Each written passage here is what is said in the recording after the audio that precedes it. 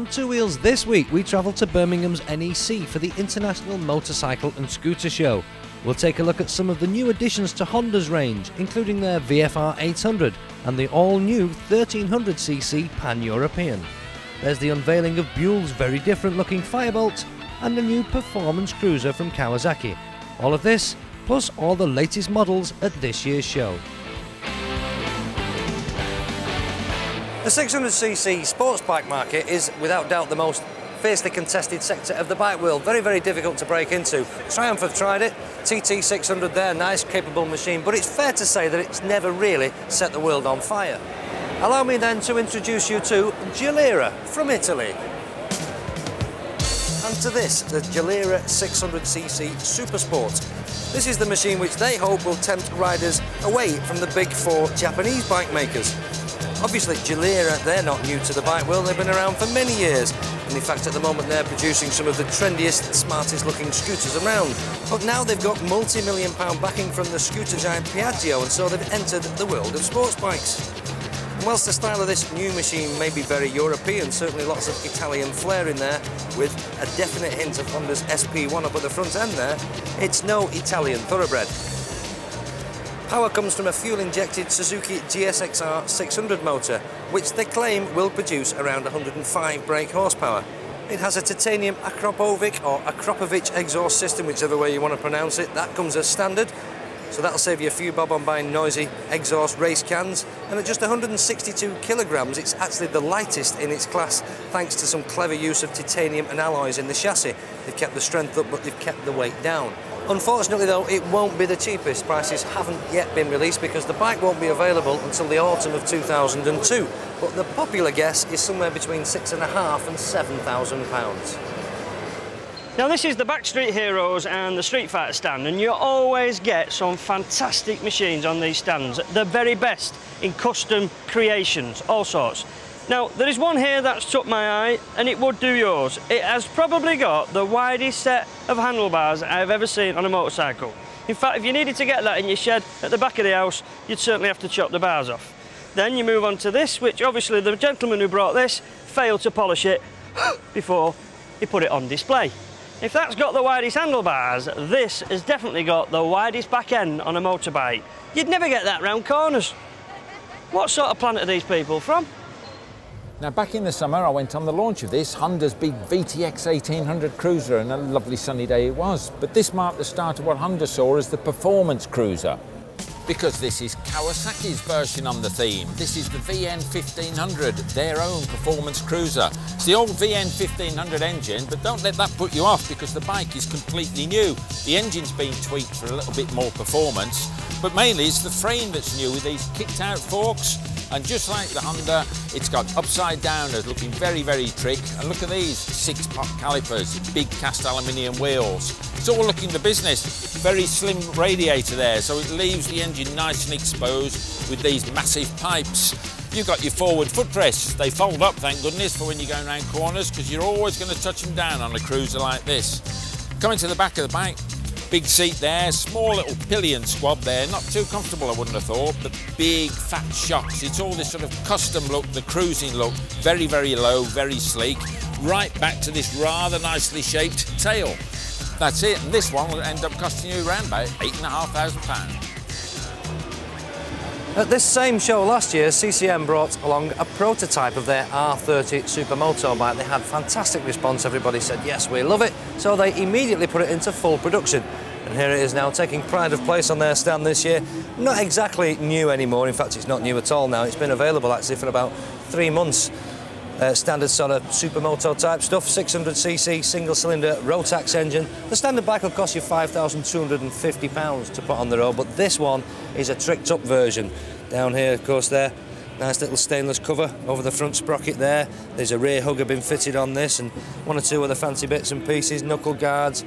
This is a race can on the back. Looks exactly the same as a standard can, but that is a race can. But you can go on and on with these supermoto things. That's what people like to do. They like to stick bits on the bikes and individualise them, and there is a whole range of accessories available. Not sure about this sort of greeny, luminous type colour. It's a bit in your face for me, actually. I think I go for something a bit more understated, perhaps a black one like this. This is the standard bike without all the trick bits on. or even a rather classy looking silver one at the end. Now there are a couple of other R30s here behind me that you might just recognise, you might even know something about. These are not 600cc singles, these are 700cc singles, because these have got big bore kits added to them or fitted to them. This front bike belongs to a certain Mr. Fogarty, and that one at the back there with all the fancy colours, the fancy Union Jack paint scheme on it, that belongs to a certain Mr. Chris Walker, and that's actually the bike that he rode fairly recently over in Mete, across in Belgium at a supermoto event, and was quite successful as well. In fact, did really well considering that he's essentially a road rider. But he's taking off now, supermoto, in a big way. It really is catching on. The CCM recognise that, and would you believe that their R30, this bike if you like, is available in two sizes. They do a low seat version, which is a whole 2 inches lower, which might not sound a lot, but it's very important if you're only as big as Wayne. You know, it's cheeky that Paul Johnston chap, isn't it? Just because I need a shortened version for myself in the form of an R30 CCM, I don't need a shortened version of one of these. This fits absolutely perfectly. This is the Gelareh DNA. Now, if you recall, a couple of years ago, they introduced the DNA in a sort of prototype version. It was sat up high, you couldn't touch it, but you could look. And the interest was such that they decided to produce it and bring it into the UK. A year ago, you could buy it only in a 50cc version. Since then, due to popularity, they produced two new models, and it's this one, a 180cc version, big engine, but in a 4-stroke, and this, the 125 version, again in a 4-stroke. Very economical machines, but still lots and lots of fun. Talking of fun, in Italy, boy, do they know how to have a good time, because they produce this, a racing machine. And you don't use this on the road, of course, unless you're very brave. This is for race purposes only. There's a racing series for the young uns, 50cc of sheer fun, excitement. I imagine it's very, very quick. Yes, you've got it. Unmistakable Kawasaki, the ZX12. But what they've done with that front scoop, they've tidied it up. It looked a bit crude last year, but it's much more aerodynamic now. What else have they done? Some subtle changes to the frame and the forks to improve the steering, sharpen up the handling a little bit, and they've also done something to the throttle as well. This isn't an Anorak detail, they've actually changed the cam shape down here to make the engine a bit more manageable. Because when I tested the first one on this one, I must say it was one of those bikes, unusually one of the bikes that I thought was actually in control of me and not me in control of it. Absolutely amazing power, 188 brake horsepower. This bike has got the highest power to weight ratio of any big superbike for the road. Absolutely massive. Nice bike, still don't know where it fits in because it's in the sort of sports, but not true sport, it's not a tourer, but it's a hell of a bike. This has often been referred to as the best bike ever built. It's Honda's VFR, because it's always been known for its nice predictable handling and V4 power, nice enjoyable machine to ride. Well, would you believe this new model has just got even better? Looks a bit different as well, doesn't it? Much sharper styling now, a lot more edges on this, and a bit sportier looking if you ask me. In fact, the only thing that stops it looking like a fully fledged sports bike, if you ask me, is the lack of fancy paintwork and fancy graphics. If you covered that over with fancy paintwork, badges and logos, it'd look every bit as good as your more true sports machines. And also helping to give it this sporty look is this new underseat exhaust system, which looks very futuristic, very space age-like, and also, and I'm speaking from experience now, it does help to give your pillion rider a nice warm bum, which is not a bad thing, and this bike of course will be used an awful lot for two-up touring type work. But big news for the VFR is in the engine. Well, not completely different engine, but very, very different engine. It's been famous in the past for its gear-driven cams. Well, we're now back to a cam chain. They're calling it a silent cam chain. So all the cams are driven by a chain now as opposed to gears in the past. But even bigger news than that in the engine is the VTEC system, because this engine now boasts a very complicated, highly sophisticated VTEC system, which is, as I say, quite complicated. I won't even attempt to explain it fully, but essentially, and in a nutshell, what it does is it allows the engine to run on 2 valves per cylinder at low revs. And then as soon as you hit 7,000 revs, and it's 7,000 revs bang on, you're back on 4 valves per cylinder and you get a bit more power, a nice rush of power, and you'll know exactly when that happens without even looking at the rev counter, because the engine note changes noticeably. It becomes more of a growl rather than a purr as it was before, and believe me, it is very addictive. Now, if you've been watching Two Wheels in the past, you'll know that we have ridden a bike called the Kymco Ego, a 125 and the 250 version, quite a large size scooter. Well, Kymco are getting bigger, because here we are, an even bigger scooter, a big bodied version. This is going to be available in a 125 and a 250 version, full of all sorts of posh goodies. It's got retractable mirrors. You can either kick them back or press a button, because they're electronic and they move back. It's got a pocket with a plug-in for mobile phones to recharge mobile phones. All sorts of luxuries. I'm sure it's going to be a very nice machine to ride. I've not had the opportunity yet, but I have a criticism. Very little one. It's called a grand, look, can you see the badge here? Dink. What do you call a bike? Anyway, Paul thinks he's got a big one. I do think I've got a big one actually, but we're talking physical size now, because this is quite a big bike physically, but it's only a little engine down there, little 125cc 4-stroke motor, and it's another daft name. It's called a Hipster. Where they get these names from, I don't know, but this is the Kymco Hipster, and would you believe you can put this on the road for £2,000, 1,995 quid, which is fantastic value for money, really. And as I say, when you sat on it, you do feel as though you're on something that's physically a lot bigger than a 125. But Kymco don't just do two-wheelers. No, they do them in four-wheel versions as well, because this is a new thing from Kymco. Actually, this bike is well travelled, because this has been on display all over the world. Yes, because it's just a prototype version, so it's been there for people to see and form their opinions, but it will go into production sometime in January, and then you'll be able to buy it sometime in February. And like all Kymco products, I can only assume it'll be very competitively priced, and I'm going to get a riding one, because it would be rude not to. Now, Ducati really started something when they introduced the Monster. You've now got the 900 and the 600 and the 750s, and other manufacturers have jumped onto this sort of attitude bandwagon. Now look what Ducati have done. They've introduced the Multistrada. They see this as a new concept.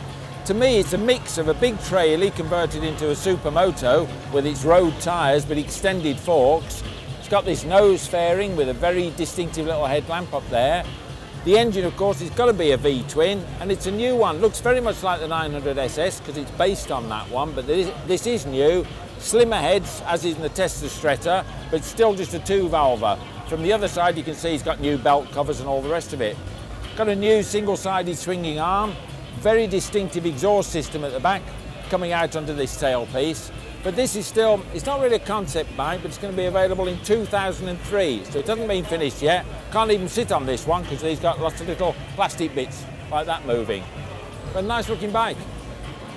Still to come on our bike show special, a new Yamaha TDM 900, a rather strange looking concept bike, Honda's Pan-European, a Buell Firebolt and Yamaha's new R1.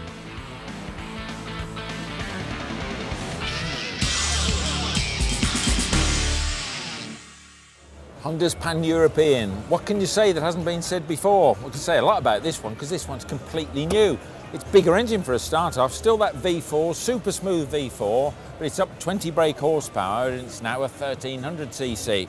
So it's V4 and it's shaft drive. What else have we got? Brand new fairing. Visually you can see it's completely different. That very smart new headlight there, very pointy. Up here we've got an electric screen, bringing it into line with the FJR 1300 and BMW, so that's a multi-position screen that it's got on there. Nice big mirrors, massive tank giving you a 235-mile range, would you believe? It's also got Honda's famed link brakes. They keep tweaking these link brakes, but nevertheless it's still got them. And I'm not sure whether this one's got anti-lock. I don't think it has, but no doubt it'll be an accessory. And talking about accessories, you'll be able to have a CD player and radio, all the trimmings, and you've got these fully integrated panniers, of course. And looking at the back here, if you can see them, these silencers are something new, triangular shaped silencers. Makes it distinctive, the rear view completely different to the old one. Yamaha's TDM, yes, it's been around for a good number of years now, quite a while. And although it's never sold in huge numbers, it's always had quite a healthy following, particularly in Europe, places like France, Belgium, Spain, Germany, where they love this style of machine. They're very good for long distance work, these bikes, because they're quite a comfortable riding position, and you get a surprising amount of wind protection from just a little sort of deflector shield up the front there. So very, very popular, as I say, across Europe. This now is the new TDM 900, and down there the engine is still a parallel twin like the old one, but it's not the 850 engine just bored out to 900. Oh no, no. That is a brand new engine down there, which they claim will make about 90 brake horsepower. few other changes here and there, most of them aimed at saving weight. They've replaced they've changed the old steel frame and the old steel swing arm for aluminium ones, and there's a few other tucks and tweaks here and there, which altogether has shed about 20 kilos off the overall weight of this machine. The brakes look to be exactly the same as Yamaha's R1, so rest assured there'll be absolutely nothing wrong with them at all. It is an acquired taste yet, this style of bike, definitely, but if you liked the old TDM 850, I'm sure you'll be more than happy with this, the new 900.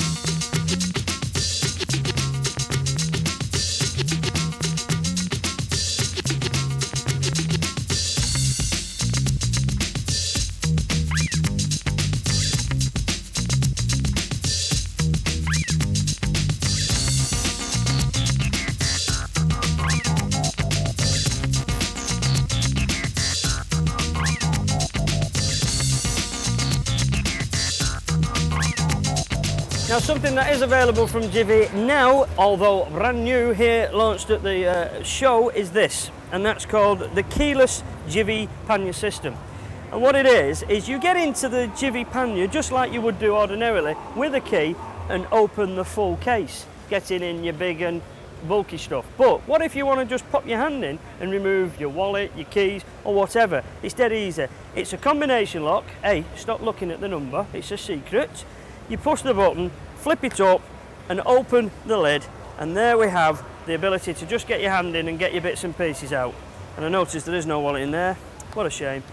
And there we are, locked up. Great idea. They do colourways like this to match your bike, but a nice simple universal colourway on your bike will cost you just over 250 quid.